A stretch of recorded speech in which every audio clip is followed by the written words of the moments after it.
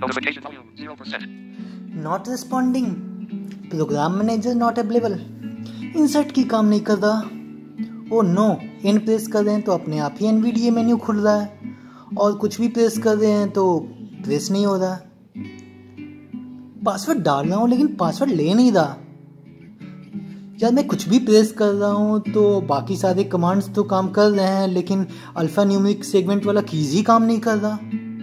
मेरा कीबोर्ड काम नहीं कर रहा, मॉनिटर तो ऑन हो रहा है, यार हैंग हो रहा है, ब्ला ब्ला ब्ला इत्यादि बहुत सारे प्रॉब्लम है। स्वागत है आपका आपके अपने channel inspiring eyes a new way में। आज हम बात करेंगे बहुत सारे माइनर प्रॉब्लम जो आप फेस करते हो कंप्यूटर सिस्टम चलाते समय, और आपको नहीं मालूम होता है कि इसका सॉल्यूशन क्या है, और फिर आप रीस्टार्ट कर देते हो, कभी कभी उसको फाइल को बंद कर देते हो, कभी कभी आप इतना तक कर देते हो कि विंडोज़ फॉर्मेटिंग कराने चले जाते हो, कभी कभी आपको पता नहीं होता कि आपने क्या मिस्टेक किया है और इसका सॉल्यूशन क्या है। देखिए, कंप्यूटर सिस्टम को हमने बनाया है, ठीक है, तो ये ह्यूमन इनपुट जो देता है, कंप्यूटर आउटपुट वही देता है। हो सकता है वो स्लो आउटपुट दे, थोड़ा आप अभी किए हो और दे वो आउटपुट थोड़ा देर बाद या बहुत बाद में, लेकिन जो आपने इनपुट दिया है ना उसी से वो आउटपुट करता है, ठीक है। ये बात आपको समझनी चाहिए। बात करते हैं आपकी प्रॉब्लम्स की। देखिए, कीबोर्ड जो आप यूज कर रहे हो, आप ओपन करते हो कंप्यूटर, पासवर्ड नहीं ले रहा। क्यों नहीं ले रहा भाई? लेआउट हो सकता है चेंज हो, आपने हिंदी कर रखा हो, अब अल्ट प्लस शिफ्ट से आपका लैंग्वेज टॉगल होता है, आप अल्ट प्लस शिफ्ट करो, फिर से पासवर्ड ट्राई करो, खुल जाएगा। फिर भी नहीं ले रहा है, एक बार और अल्ट शिफ्ट करो, फिर भी नहीं ले रहा है। हो सकता है उस लैंग्वेज में डबल लेआउट हो।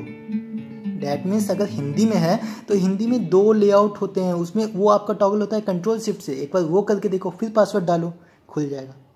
आपको पता होना चाहिए आपका जो लेआउट है यूके का और यूएस का वो अलग होता है। अगर आपने कुछ ऐसा पासवर्ड दिया है जिसमें @ भी है और आपका लेआउट है जो इंग्लिश यूके है, तो आपको लगता है कि वो shift2 से @ प्रेस करेंगे तो आपका @ बन जाएगा, shift2 से नहीं बनेगा। वो तो वहाँ पे आपका वो बन जाएगा कोट, डबल कोट जिसको बोलते हैं। आप ट्राई कर लेना, आप इंग्लिश यूएस का कीबोर्ड लेआउट और अंग्रेजी का यूएस और यूके में अंतर देखना।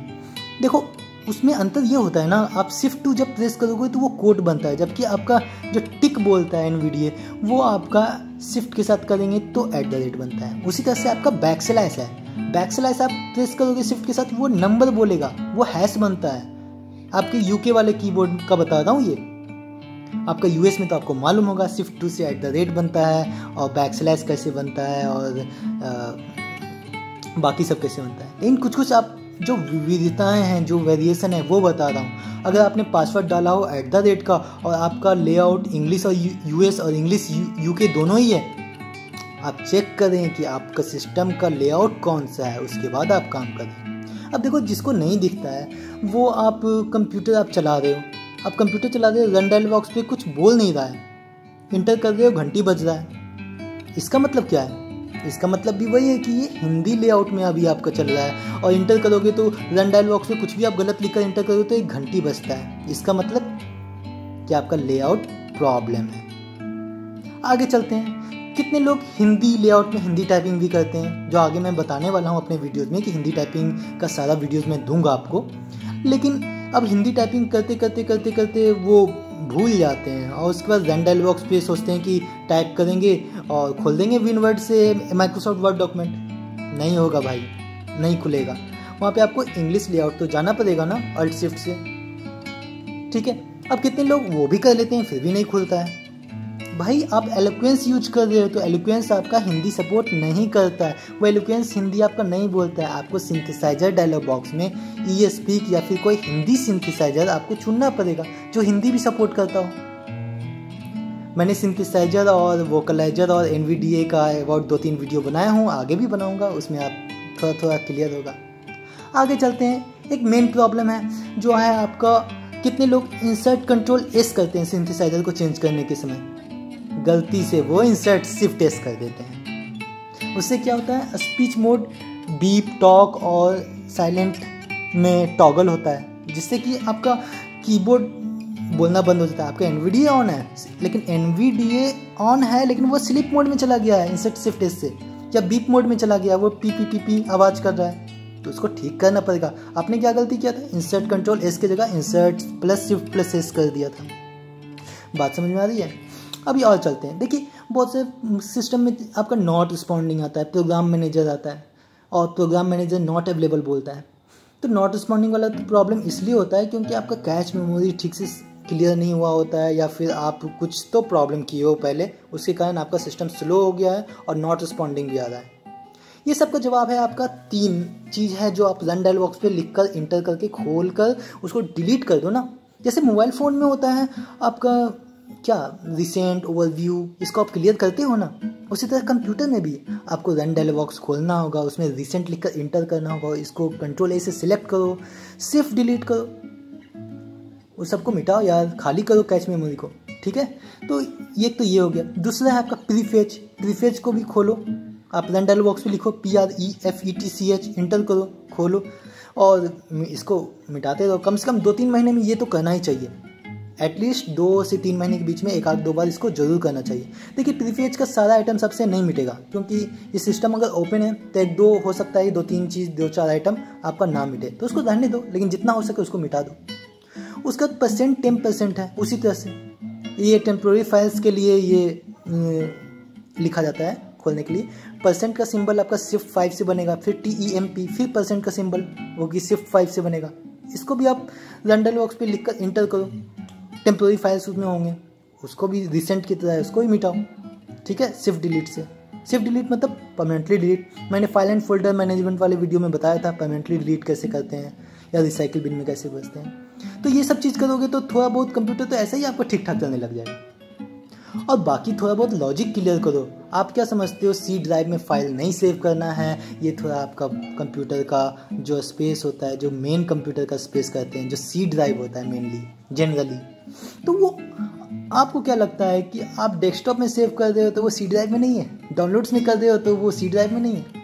भाई आपने कुछ डाउनलोड किया है तो डाउनलोड विंडो कितना का भरा होता है, डाउनलोड विंडो मतलब वो फाइल एक्सप्लोरर वाले डाउनलोड वाला विंडो, अब डाउनलोड हुआ है रखते रखते रखते रखते वो हैवी हो जाता है, उसको भी क्लियर करना होता है। अगर काम करे तो डी ड्राइव ई ड्राइव में कॉपी कर दो, पेस्ट कर दो, या पेन ड्राइव में रख लो कहीं, है ना। तो डाउनलोड्स को, डॉक्यूमेंट्स को, अब डेस्कटॉप डॉक्यूमेंट्स डाउनलोड्स ये सब कहाँ के पार्ट है, ये भी भाई सी ड्राइव में ही आता है। ऐसा मत समझो कि सी ड्राइव में हम लोग नहीं खोलते हैं, नहीं यूज करते हैं तो उधर नहीं जाते हैं तो कोई मतलब ही नहीं होता। ये डेस्कटॉप डाउनलोड्स ये सब जो पार्ट हैं वो सब सारे सी ड्राइव के हैं। तो ये क्लियर रखो। कितने लोग मूवी डाउनलोड करते हैं या मूवी लाते हैं कॉपी पेस्ट करते हैं, कहाँ, डेस्कटॉप पे। अब डेस्कटॉप पे आप रखोगे ढेर सारा आप क्या बोलते हैं गाने, मूवीज़, क्या होगा।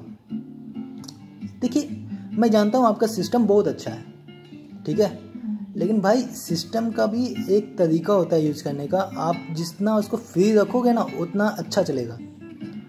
एक मान लो कि एक बॉक्स है 6x6 फीट का, 6 फीट हाइट है, 6 फीट उसकी विड्थ है, 6 फीट उसकी लंबाई चौड़ाई और ऊंचाई तीनों ही 6 फीट है। और उसमें बोले आपको डांस करने के लिए, आप कर पाओगे?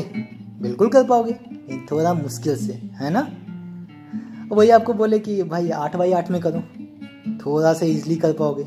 वही बोले आपको कि 20x20 में करो तो और ज़्यादा इजीली कर पाओगे। तो ठीक वैसे ही कंप्यूटर में आप सी ड्राइव को थोड़ा सा फ्री छोड़ो ना, आपका कंप्यूटर अच्छे से वर्क करेगा। आप डेस्कटॉप पे काम करो, फोल्डर बनाओ, ये करो वो करो, बट केयर करो कि लार्ज फाइल ना रखें। अब देखो बहुत लोगों का इंसर्ट बटन काम नहीं करता कभी कभी।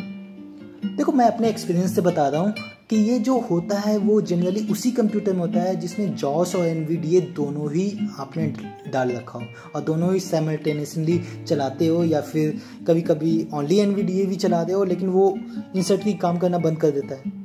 उस केस में क्या करते हैं लोग, फुल ब्लाइंड बंदे हैं जो तो कंप्यूटर ही रीस्टार्ट कर देते हैं, और कितने लोग जो फुल ब्लाइंड नहीं हैं वो देख के या फिर माउस यूज करना पड़ता है, उसके बाद बहुत मुश्किल से जो लो विजन वाले हैं वो एनवीडीए को रीस्टार्ट करते हैं आइकन पे जाके। तो उसका जो प्रॉब्लम है वो आप सॉल्व कर सकते हो अपने से ही।